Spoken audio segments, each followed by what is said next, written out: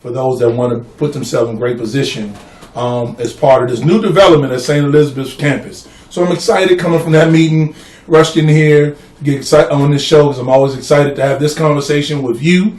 We're going to tell you how to be able to send in your posts and follow us and like us and all that stuff they do on social media for you to be involved in and letting us know all the doing good things that you're involved in and all the people you know around the world that are doing good. Before I get into that, though, I like to start off every show with an inspirational word. And, you know, I guess the word today would be considered a little more motivational than inspirational. And, you know, a lot of times people aren't always focused on what it'll take for them to advance. Advancing is, I believe, the target and the goal that most of us should have in endeavoring to be part of this profession. So I'm going to read this inspirational word today. Hopefully it'll inspire, motivate, and more importantly, bless you into doing good. It reads like this. If you don't go after what you want, you'll never have it. If you don't ask, the answer is probably going to be no. If you don't step forward, you're always in the same place. Now that's a word to challenge you. I believe my first guest today, Barrett Matthews, when he comes up, he can speak a lot on that. He dedicates his life, his work, and his focus to helping those people that maybe feel like they're in the same place to move forward into a much better place and keep on advancing until they get exactly where they want to get to. So before we have our guest on, we're going to go to a quick break. And I'm going to come back with some cool music, fun guests, and some inspirational, doing good information. Thank you. I'm your host, Tom Brown, on the Doing Good Movement. We're back here on the Doing Good Movement, and I'm so excited because I have a good brother who I've known more than a minute, I'd say. Barrett Matthews.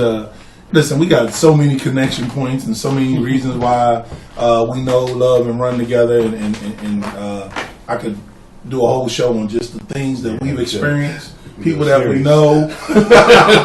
Yeah, we can actually do a series, you're right. But one thing I do know is that both of us are huge Parliament Funkadelic fans. Yes, indeed. And before we go off, before we end, I'm going to see if our DJ can pull up one of their cuts back in the day, because you know, when we first, that was around the time we first got to know each other. Oh, yeah, when they were in their heyday. Oh, yeah. Man, did you ever get to go to the Cap Center and see them perform? Did I? That was my very first concert I went to by myself. Oh, really? I didn't have to have my parents. Yeah, I went there. Well, my father did. I was at the Underwater Boogie. Oh, yeah. And everybody kept thinking of water, and I was at the Mothership Connection. Oh, yes. Oh, we can do a whole thing on Parliament Funkadelic from back in the day. And, you know, we got a couple of things. We went to high school, Eleanor Roosevelt, Raiders in the house. And, boy, we don't want to start that conversation live on this show. No. And I'll stand out. Glen Arden in the house all day. Glen Arden. We just, I believe this summer was our 5th year, maybe 6th year in a row. I think it was the 6th. Of doing our Glen Arden reunion. Glen Arden Day was awesome. We have 300-400 people or better come out every year. And they come from all over. So that's always. People travel across country sometimes. Yeah. Shout out to Mayor Dennis Smith. Yeah. Christy Love Washington and Joseph Barber. Joe Biden, Joseph Barber. Call Joe Biden and Glen Arden, y'all. Barber said the Fuss Brothers in the house all day. And, you know, it's a good time. But, you know, more than just the friendship, the other thing that we share is our passion to help our fellow man, business people, people that are looking forward to advancing their careers, advancing their endeavors, and even advancing their mindset. That's right. You know, and so you wrote a book recently and released a book. Yeah. Why don't you talk a little bit? Tell us the title of the book. The book is called "Why Didn't You Get It Done?" I don't know why I didn't get it done. I've been trying to get it done, and it's a guide to helping you get off your assets. Get off my assets. Yes, indeed. And, the book is it was written. I mean, it's kind of like, you know, one of the things, my principles I live by. I just don't like excuses. I believe if you're going to do something, you just do it. And I deal with a lot of people sometimes who procrastinate for various reasons. So the book talks about the various reasons people procrastinate and how to overcome those things to make you more a productive person. Because that's my whole platform, is you being productive and being profitable with your business. So that's what I help people do. And this book definitely helps people to do so. Well, what I found when I went through it, it challenged me. Yes, it does. It really made me think, like, I got a problem with some of the things that he's saying because he's so right. Yeah. But I also recognize, and you should know, after I read the book, I started to really be intentional about what. So when I would do some of those bad habit things, I would think about the excerpt I read from your book and say, God dang it. Brad said I would do this again and again. So what's been some of the most rewarding things you found that people have shared with you that have read your book? I had a lady, she's actually a life coach in Atlanta, Georgia, and she actually gave me a video testimony. She said one morning she was laying in her bed feeling real lazy. Wow. And she knew she needed to get up, but she was just feeling, she said, my book was on the nightstand. So she reached for it and she said she just started reading chapter 1. Mm-hmm. which is called Excuse Me. That was the one that got me. And she said it made her get up, and she had a very productive and profitable day because she got paid for some clients because she got up and started doing things. So that was very rewarding for me. Then other people, because I coach people also on helping them to write books, because a lot of people have ideas in their heads and they just don't get it out for one reason or the other. So I helped them to do. I actually started the Book Writers Procrastination Club. Oh yeah, that's awesome. Yeah, Book Writers Procrastination Club. You'd be surprised at how many people out there. So let me ask you something. So do people come to you when they have writer's block and they can't get past, or is it when they're thinking about initially forming a project? It's usually it's not writer's block. Writer's block usually isn't a procrastination issue. It's just that you aren't processing your thoughts. Right. What I do is work with those people who say, "Oh, I want to write a book one day," or one of these days I'm going to do this, or someday, or this. I've always found that one day and someday I have not been able to find on the calendar. So I've been looking. One day and someday is not on the calendar. Not on the calendar. So I gotta check the calendar for miles, man. Might be a couple of one days and some days. But the thing is, what I do is I work with them on making sure that they get it going and get it finished, get it published.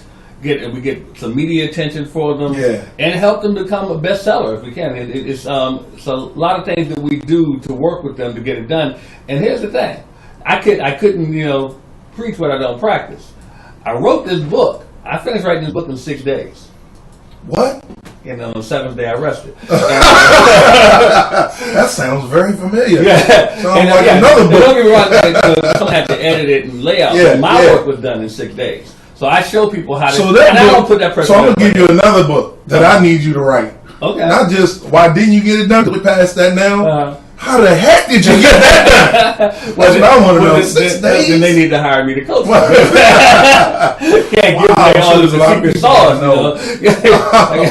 I can show them how to do that, though. I show them how to do that fast. So you do a lot of coaching of executives, business people, individuals, leaders, managers, and you travel quite a bit with different conferences and different you know that. Tell us a little bit about some of the things you do on your travels. Like, what are they? Usually a series, or is usually something? Well, what I do, I have a company called E2E Systems, stands for Employee to Entrepreneur. Wow, and I love that. What we do is we work with people who are looking to become entrepreneurs, and we show them what they need to do to take those steps. We also work with those who are entrepreneurs but still aren't being as productive as they should be. And if we can help them be more productive, of course, that turns into more profit. No doubt about it. So we all can use that. Right. So we help them to turn that procrastination into productivity into profits. Wow. So procrastination to productivity to profits. Yeah, I like where you're going with that. Yeah, so the 3 P. Did you get that? The 3 P. PQ. But that's what we do at E2E Systems. We want to get them there. So we've designed systems, training modules, and I go around. I speak on those things as well. So as you said about the traveling, so I speak on those areas as well to help people do that. Now I do events. I set up some of my own events. I speak at other people's events. We're doing one here this weekend. Yeah, that's what I was going to ask you. You actually, now normally you're on the road quite a bit, but you're actually bringing something here home. Yes, we are. So why don't you tell us a little bit about what you got coming up? We're doing an event called Passion to Profits. Wow. And more P's. Passion to Profits. P-Funk, Parliament, Passion, Profit. We got all the P's. We're definitely not going there. But the thing is, Passion to Profits is an event. Here's the thing. just about everybody out there listening, including yourself, has ideas in your head that you would love to form into some business and profit. Miles, actually, I'm drawing a blank right now. Yeah, okay, whatever. I have no ideas. Oh, I got one. Okay. The late great Miles Monroe, he said you need to rob the grave. Wow. So many people go to their grave with ideas that could have changed the world. You need to rob the grave. Rob the grave. Don't let the grave steal your ideas and take it with you. So you want to get those out. So what we do at Passion and Profits, we're going to talk to you about how to get those ideas into a product or a service and make it more profitable. We have some great speakers. We have Keisha Williams there, who is a business strategist. We'll show you how to put your business plan together for. We have Ms. Taria Hodge, who is a social media whiz. She can show you how to automate everything so your business so you don't have to do all the work. We have Kelly Perry, who's also my co-host on radio. Hey Kelly, I don't know if you're watching now, but Kelly Perry's my holding it down. Radio shows on Revenue Radio, which comes on and you go to my Facebook page, you'll see all about that. We come on Fridays at noon. You go to Revenue Radio. We also have Ahmed Hazel. Ahmed's a guy I met probably about 5 years ago. He's a real estate investor. Well, he was struggling when I met him. Now he is thriving because he has turned his business and he found a niche. And he's teaching that niche to people in this not conventional way of real estate investing. He's also started a fund. He shows people how to invest and have their money working for them. Yeah. So he's going to be there as well. We also have Mr. Myron Golden. Those of you who don't know Myron Golden, you better find that name, Google him. Yes. Yeah, that's real, y'all. He's a real millionaire. Yeah. He is a real millionaire. Golden. He's going to be there to show you how you can become a millionaire. You can't believe this. In a year. He's going to show you how to become a 1 year millionaire. I'm excited about that. Yeah, he will be at this event. Next year's looking up already. Right. And of course, I will be teaching you on how to basically turn those ideas and those passions into profits to make business for yourself. Now, should I tell you what the gift I have for everybody? You got a gift? I got a gift. Oh yeah, you got a gift. First of all, the tickets for the event valued at $397. It's a 2-day event, by the way, Friday and Saturday. So you get all of that for only $397. Wow. But what I'm going to do, because I'm doing good, I'm going to give you a ticket to the event. You gonna give me a $397? I'm gonna give you a $397. You can take it. But here's what else we saw that live. I'm taking that before he changes his mind. For the first 10 people that text me, my number right now is 301-326-9919. 301-326-9919. For the first 10 people that are watching Doing Good to do that, I'm going to give you a free ticket to the event. So they just text you, say I was watching you. Text me, just type in the same Doing ticket Good. I got in my hand. Just type in. And this is for 2 days, so I don't get a different ticket. Just keep it with me. 2 days. It's awesome. Awesome. Is that age 18 and older kind of thing? Well, no. You know what? No. There's no age limit. Because here's why. Kids have ideas too. That's right. Now, if you don't get me wrong, now if you're under 18, you should be in school. Yeah. But so where and when? It's at Greenbelt. It's at 6401 Golden Triangle Drive. Okay. And that's Greenbelt, Maryland. It's suite number 115. If you know anything about Greenbelt, it's right across from the TGI Friday. Oh yeah, well everybody knows what the TGI Friday. Everybody knows what that is. Whether you're admitting it or not, you know what Greenbelt TGI Friday. Shout out to the karaoke mob down there. My man Sean Black Scorpion Parker. And the whole crew, and belated happy birthday too, brother.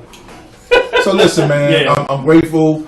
First of all, for the gift. I thank you for your tremendous work and effort. Please. I know that there's hundreds of people, actually thousands of people that have been blessed by this model. I'm just glad to have you on the show. You're always doing good. You're always passionate, man. I love you, man. I love you too, man. Brothers by choice.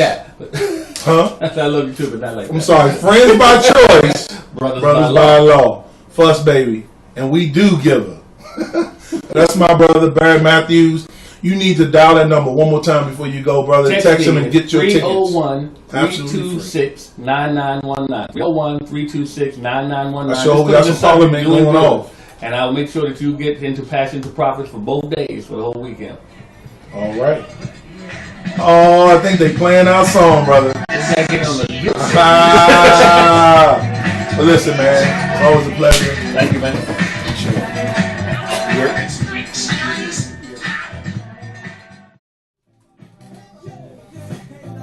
Oh yeah, we're back live on the Doing Good movement. I'm your host, Tom Brown, and this show is all about reaching people talking to people and finding out about people and making a good difference in the world around them. And to my right, I got my sister Sheila Bunn here. Now let me tell you something.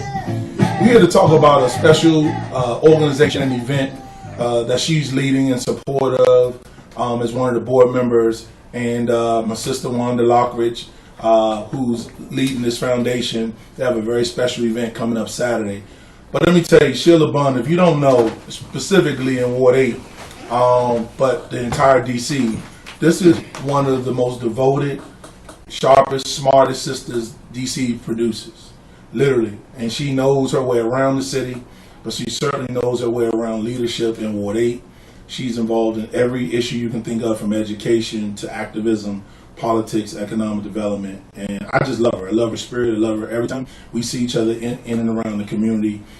She's consistent with who she is and what she's doing. Her dad, James Bunn, and if you don't know about James Bunn and you've ever stepped foot in Ward 8, shame on you. You need to look up the legacy of her dad, James Bunn, and she's doing a great job carrying the torch in her own way. So Sheila, welcome to the show. Thank you, Tom. You better make me cry. Well, that's the idea. Because my PR. That was great. Listen, sister, it's easy with the life you live and the work you do every day. And, the Doing Good movement, what I'm attempting to do is get people to see how easy doing good is from their perspective. It's not about having a huge platform or a large organization. It's just figuring out your contribution and what you could possibly do on any given day. Yep. And while I know you do a lot of different things, let's talk a little bit about some of the things that you're involved in, and we'll get into the event and the organization. But I just want to talk about a couple of cool things outside of that you're into these days. Wow! Breaking news might be coming. Pay attention. You're funny. First and foremost, to God be the glory. For He is the order of all my steps, and I wouldn't be who I am today without Him. Definitely without my dad, James Bunn, and my mom, Linda Marie Bunn. What am I doing?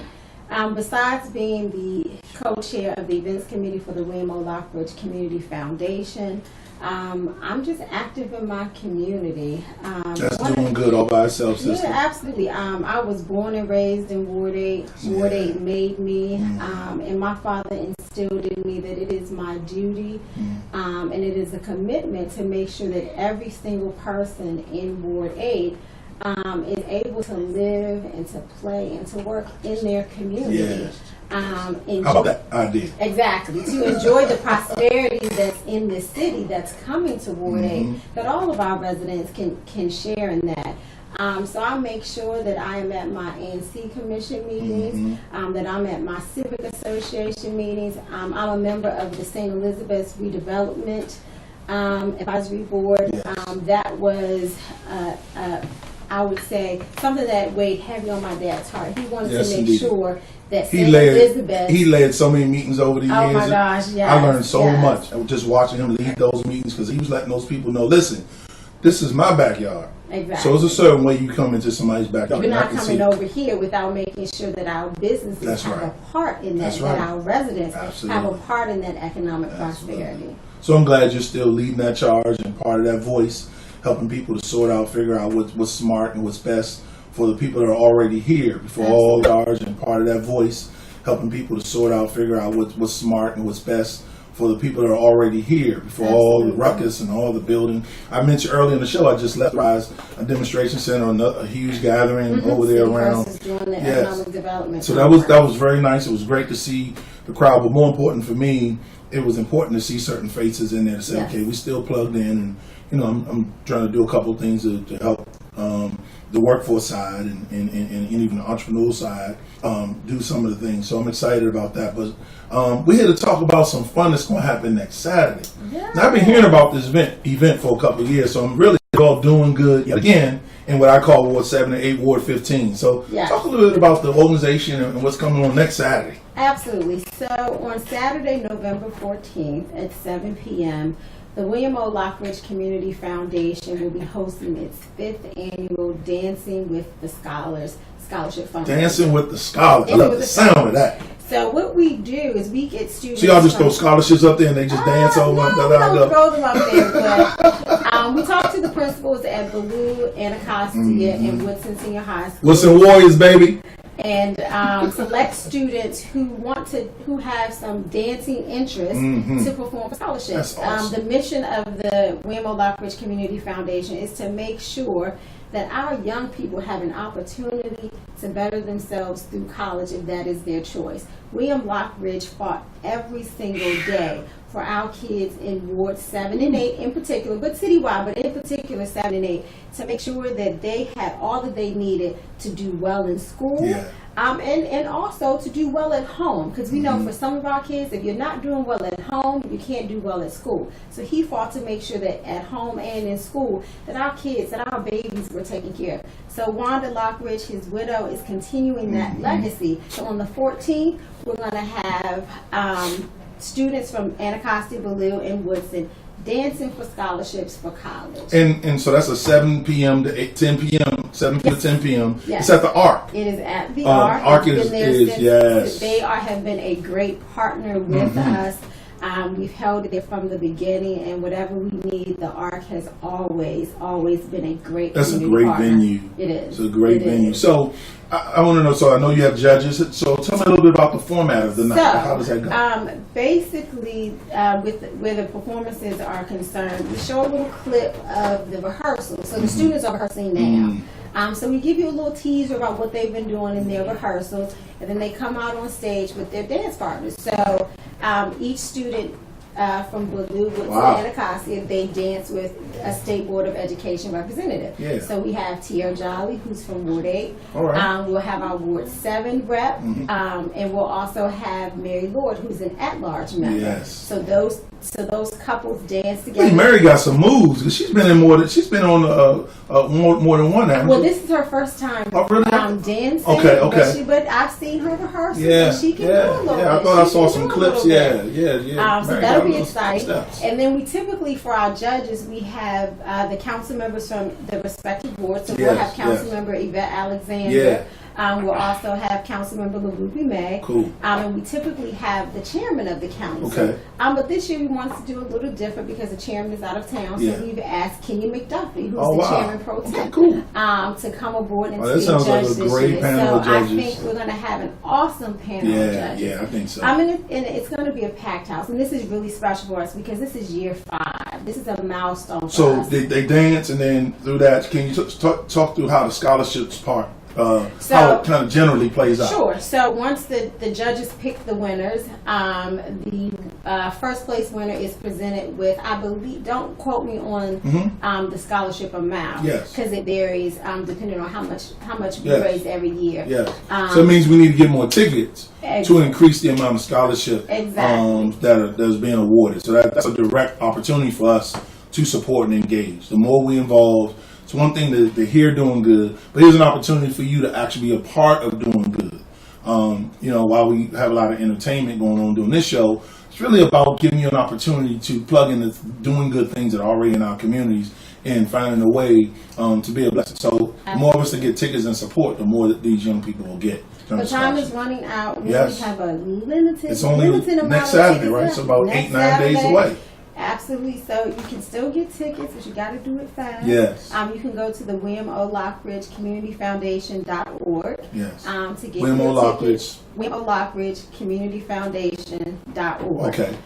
To grab tickets, but like I said, they're selling like hotcakes. So And the tickets are what, $60? No, $40? very reasonable. $28 for an adult and $8 for Come a on child. now. $28. We go to some restaurant. Go or play. Yeah, or play. Yeah. So, and this is something that's real. This is something that, I don't know if any of you all have been in a position where you or someone you knew, some young person you knew that had the desire and even got accepted to college but didn't have the funds. And there's a lot of other things outside of just the scholarship award themselves that you all do that Yes, we'll talk about. One thing in particular that we do, which is special to my heart, is we take a couple kids to Africa. We take them to see firsthand their roots, where we originated from. Some funds that we raise from this event and other events helps to not only send kids to college, but it also gives them an opportunity to learn about their history firsthand. So listen, Sheila, I know we got to go, but I want to tell you, Dancing with the Scholars is coming up Saturday, the 14th of November, 7 p.m. to 10 p.m. The William O. Lockridge Community Foundation.org. It's at the Arc, beautiful facilities, a lot of fun. I'm going to be there, and the Doing Good mob is going to invade the place and just have a great time. But I want to thank you for all the work around this. The tickets are only $28, so we need to just sell it out, period. But also, I just want to know if it's like what kind of music. Like, is it something like this? DJ, can you get that song we talked about? Is it gonna be some Frankie Beverly or something like that? Can I just come up there and just do my little demo, get my groove on? No, I don't want to give away too much. Oh yeah. Casino Vegas style. Oh, Casino Vegas style. Yeah. Hold up, we gotta cut that. Yeah. Come on, a little more, So a little classy, a little more. I love that. Yes. That's great. So listen, you all, I hope to see you there on Saturday. Actually, we got a big piece.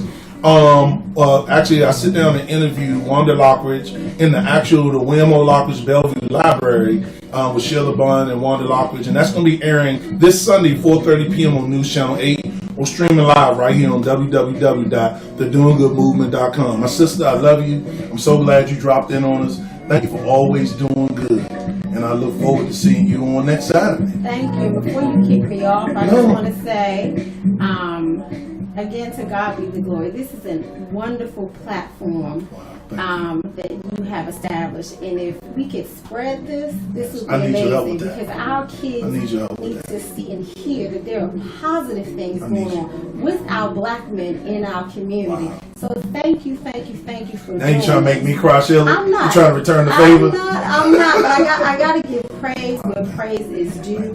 And this is a godsend. So those people out there, listen, support this program. Do something good each and every day. It just takes one person. Yes, it does. Sister, I love you. Thank you. Here we go. We're going break, and I'm bringing my main man, Black Washington, with Doing Good from the Streets. Yeah, baby. Oh, y'all hear that sound? You know what it is. It's my main man, my riding partner, Mr. Black Washington. What's up, brother? Thank you. Oh, you're so cool. here. This music make me talk. Well, look, man, I'm excited. I have a wonderful show today. That's what's up. You've been doing some special things on the streets as far as doing good. We got a special feature coming up next, this coming Sunday on November 8th, 4:30 p.m. on News Channel 8. And streaming here live on www.thedoinggoodmovement.com. So that piece is going to be your This music make me talk.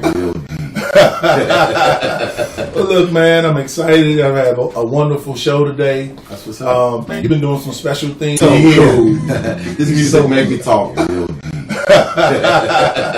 Well, look, man, I'm excited. I have a wonderful show today. That's what's up. You've been doing some special things on the streets as far as doing good. We got a special feature coming up next, this coming Sunday on November 8th, 4:30 p.m. on News Channel 8. And streaming here live on www.thedoinggoodmovement.com. So that piece is going to be your first in the streets piece. First one. And I'm excited about that. So am I. But right now, man, I heard you almost didn't get here again. Yeah, man, I had a dentist appointment. You know, they said if you're not white, man, you're yellow. For real? I got to keep it real tight. For real? Yeah, so I don't talk like this to regular interview. So I had to get a prescription. I had to, do some things, but I found my smart trip and I made it. Man, every week, it's a different story. Last week you had to go to the airport. Yeah, man. This week you off the smart trip. I had to press my way through. Look, I'm so glad you're here, brother. Yes, sir. I heard you went on the streets to a homeless shelter. Yeah. So I'm looking forward to people seeing that this coming Sunday at 4:30. They need to. That was a powerful piece. It was. That you did. And, shout out to the G fellas. Shout out to the G fellas. What they're doing is powerful, man. They were real G's. Mm-hmm. You know what I mean? So excited. I was around them. But I tell you what, man. So did you do anything for the holiday? I mean, what do you call it, holiday? Did you do anything this past weekend? What was up? I'm always keeping my ear to the streets. Yeah, that's right. So I had a ball. What I did was I had some me time. Found out that Barnes & Nobles is closing, the big one. over there off of F Street. For real? Yeah. I wasn't know it. So I caught me a nice book. Oh, the Scarface book. Yeah, that's what's up. Okay. Yeah, it's a good read. It's a good read. Okay. I was reading that. Then, this was going to blow y'all minds. Then, I went to the Bethesda Blues and Jazz Supper Club. Man, I've been hearing about that spot, man. What are you doing up in Bethesda? I went to their masquerade ball and I won 3rd place. No way. Hold on. Let me guess. So you had a costume and you went up to the Bethesda Jazz and Supper Club. That's right. You had a costume party. When was it? Saturday night? Saturday. Okay, Saturday night, October 31st. It's a beautiful So, I'm just trying to guess who you might win. Did you go as Justin Bieber? I thought about going, but I didn't. Let me look at your haircut and see who you might. It's an easy choice. LeBron James, without the headband. I'm not My bad, touching that one. I'm not touching that one. Oh man, when I look at you, one thing comes to mind. And I know you know this, Tom. Yeah, I think I can guess. What if y'all can guess who it is? But we don't have that kind of time. So I know you went as Black Moses. That's right. Yeah, and you know why I did that though, for real. I'm gonna tell you why. Sister Ayana, besides the obvious.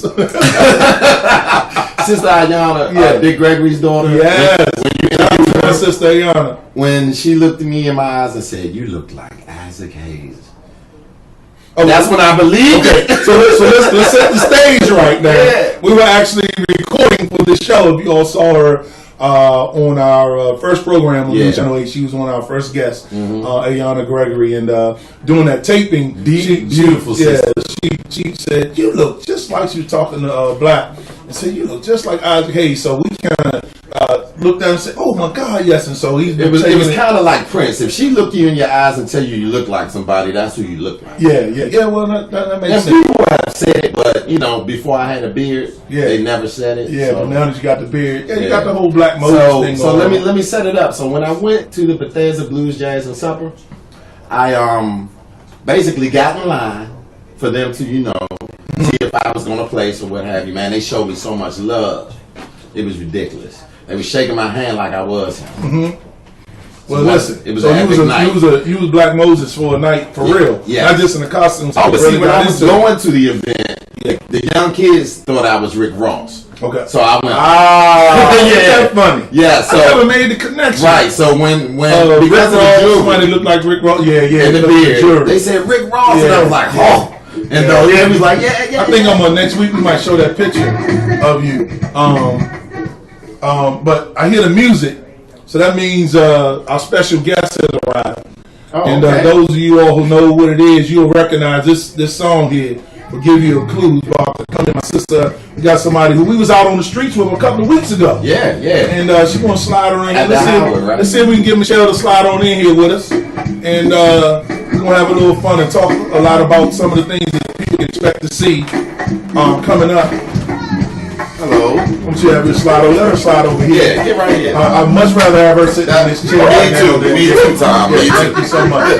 Thank you so much. Not that I don't love you, brother. Right. All good. We live with the air. I love my brother, but yeah, that's what it is. All good. How you doing? I'm fine. How are you? Thank you so much for having me. Oh, my sister, it is absolutely a pleasure. We're just excited. I'm excited. This place is awesome. Well, I'm so glad you're able to come down and see what we're doing.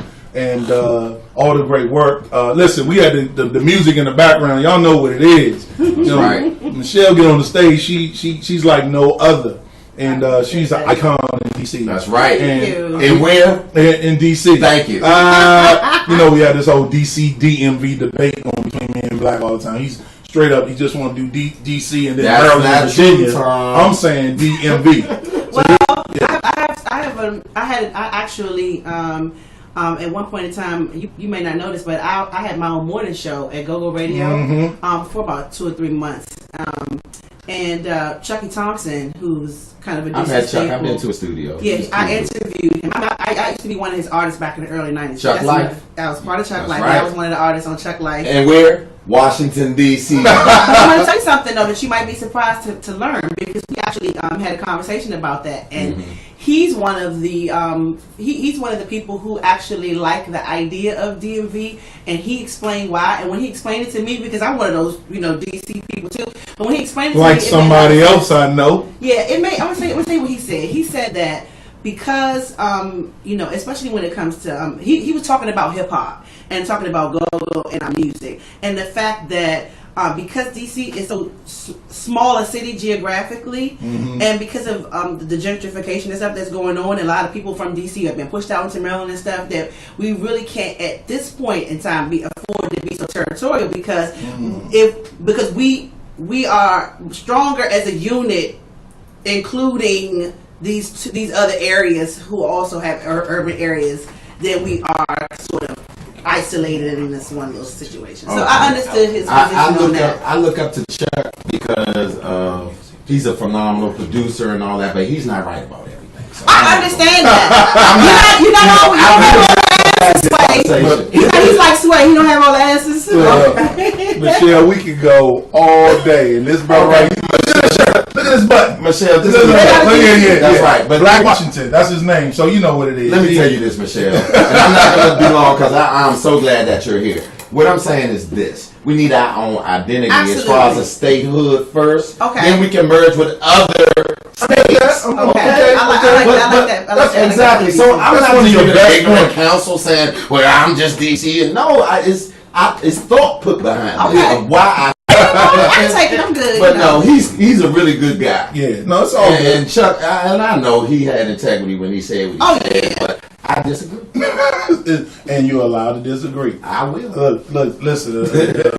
Just like a mouth. Everybody at least got one. Yeah, exactly. So listen, you're here because we had a chance to sit down with you at the Hive Theater. Yes, sir. And you're doing some very special work with youth in and around the city. You are what I and many people consider a go-go and music icon. So there's one identity that most people can easily find.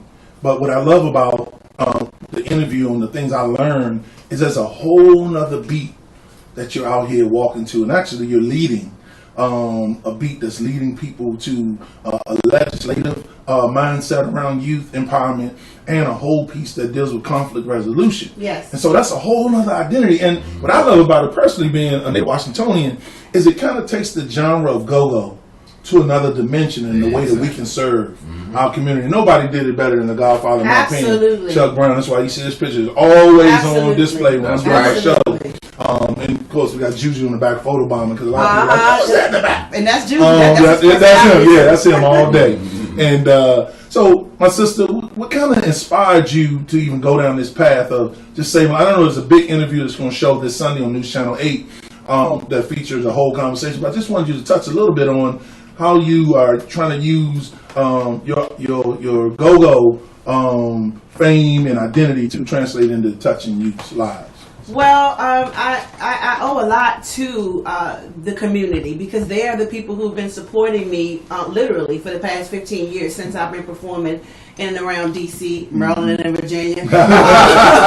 Since I've been performing here, they've been the ones who have literally helped me put food on my table for the past 15 years and put my son through school. Right. But even if that were not the case, I do feel a sense of obligation to my community just as a member of it. And so, that's beautiful. And if you compound that with, again, what I feel like is a sense of obligation because of the many blessings I've been afforded because of what it is that I love to do and that I've been able to make money doing it and that it's coming directly from the community. And you all know how go-go is, like the relationship between artists and fan patron is a lot closer in this genre because we're not performing on arenas, we're performing in clubs and in very close proximity with people. So you kind of get to know them as a family. So I feel a sense of obligation to get to these people. And I know we're going to show a lot of this on Sunday on the interview, but can we talk a little bit about where that comes from in your heritage, your background? Like, absolutely. That was very, very profound when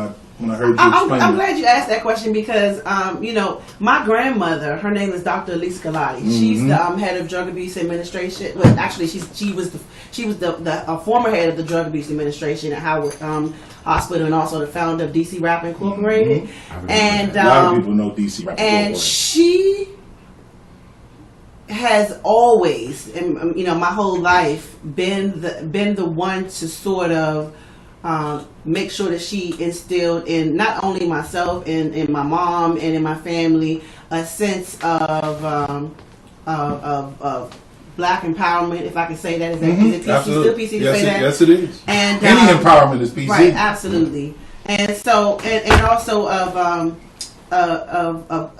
awareness, and not just being aware of what it is you're being taught in school, a lot of which was go beyond false, but to actually reach outside of that box of what you've been told, and to sort of really find out where you come from, who you are, whose you are, what you've been through, what your ancestors did to help you get here.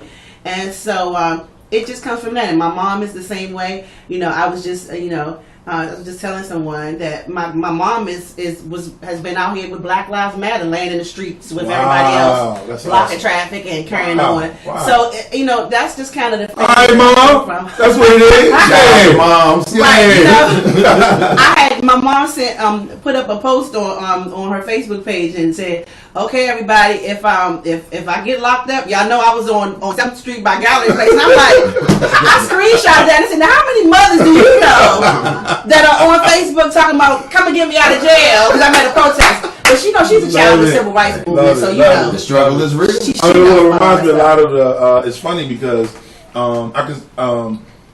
it makes me reflect on the interview we did with Ayanna Gregory and growing up being the daughter of Dick Gregory. And so many similarities just here to your vantage point. Yeah. So I get it. I totally support it, and I come from that myself. And so I want to give away the whole interview, but would you just mention, because I think you have two powerful pieces. One is a very powerful piece on whole conflict resolution, without you can give them another way. And I don't want to give away the interview, but can you give us a little snapshot of what the name of the organization is and just a little bit of how you got that started? The name of my organization is called Our CAPS, and the CAPS portion is an acronym for Community Alliance for Peaceful Streets. And I came up with the idea for this organization out of what I felt was a need for myself, for me to step up and sort of implement a lot of the ideas I've been brainstorming about for years. Because I've always felt that the number one reason why our kids are dying all over the country in these inner cities is because we have, for whatever reason, not honed in on our conflict resolution skills. We can't solve conflict without violence in many cases, and that's the reason why things escalate. That could be something as minor as somebody stepping on your shoe to, domestic issues to anything. You're confronting a big issue because of the youth violence, and I think the approach you're taking is one that's healthy and effective. And so I'm looking forward to us even taking this conversation further, looking at some ways that we collaborate and get that out into a lot of these communities. But then secondly, there's a piece I found really interesting because I actually think it's brilliant. Around the legislation of having young people the voting right age. Can you talk? Okay, I don't want to give away the interview. I'm actually glad you brought that up because 2 days ago, the legislation that I was talking about was actually introduced. Charles Allen. Ward 6 Councilmember Charles Allen.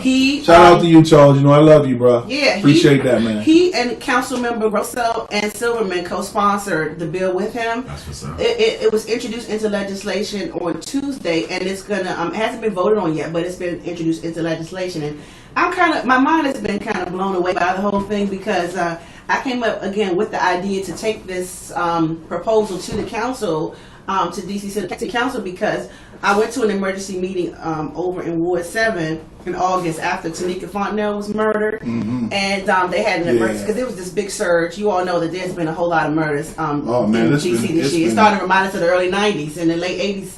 A little bit, well, not that bad, but it was just been pretty bad. It's getting scary. And so when I went to the meeting, these young people stood in line and waited to be heard for about an hour and a half, very patient, and a lot of the adults were unruly in comparison. And when it came time for them to speak, they were largely dismissed. And so when I came up with the idea, it was because I felt like. So this is about young people. Not to cut you off, but I want to get stay on a point that I think is vital, is about lowering the voting age from 18 down to 16 in the District of Columbia. Yeah. Has this been done? Is it anywhere else that's done anything like this already? It's happening.